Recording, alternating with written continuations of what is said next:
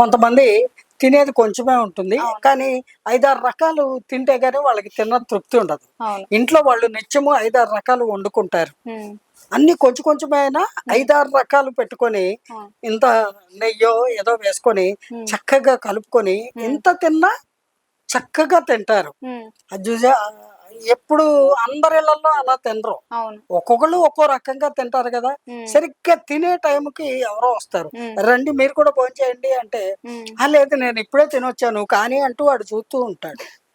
ఆడు ఏ పేపరో చూసుకోవచ్చు, టీవీ చూడొచ్చు, హాల్‌లో అవును. కూర్చోవచ్చు కదా! హ్మ్. ఇక్కడే కూర్చొని ఇలా చూస్తూ ఉంటాడు. హ్మ్. అమ్మని!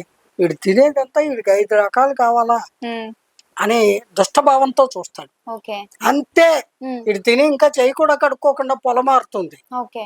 పొలమారి ఎవరో నిన్ను తలుచుకుంటున్నారని. తలుచుకోవడం కాదు ఆడు తిట్టుకుంటున్నాడు. తిట్టుకుంటే తగిలిద్ది అట్లా. వెంటనే పొలమారుతుంది. ఆ ఓకే. మెతుకులు ముక్కులోకెళ్ళిపోతాయి. హ్మ్. ముక్కుకి, కంటికి, చెవికి, అవును. గొంతుకి కనెక్షన్‌లుంటాయి లోపల. హ్మ్. డ్రైనేజ్ కనెక్షన్‌లాగా. ఏదో ఒక రూట్‌లోకెళ్తుంది. అన్నవాహిక ద్వారా లోపలికి వెళ్ళవలసిన అన్నము హ్మ్. పైకి వెడుతుంది. హ్మ్. వాడు పొలమారిపోయి లేచి కక్కుకొని, వాంతి చేసుకొని హ్మ్. ఒక అరగంటకు గాని తేరుకోడు. ఆ! దానికి కారణం వీడి యొక్క దుష్ట దృష్టి. ఓకే. అంటే కొందరు దాచిపెట్టుకొని తింటూ ఉంటారు. దిష్టి ఆ! తగలకూడదనే అంటారా? మీరు రైళ్ళల్లో చూడలేదా? హ్మ్. పార్కుల్లో చూడలేదా? హ్మ్. వనభోజనం అని పెడతారు. ఆ! అక్కడ చూడలేదా? హ్మ్. వనభోజనంలో ఒక 20, 30 రకాలు పెడతారు కదా! హ్మ్. కానీ అవన్నీ పెట్టుకొని హ్మ్. చాటుగా ఎళ్లి, హ్మ్. "హలో! బాగున్నావా బాబాయ్? హ్మ్. వస్తా ఉండండి" అని పక్కకెళ్ళిపోయి తినేస్తారు.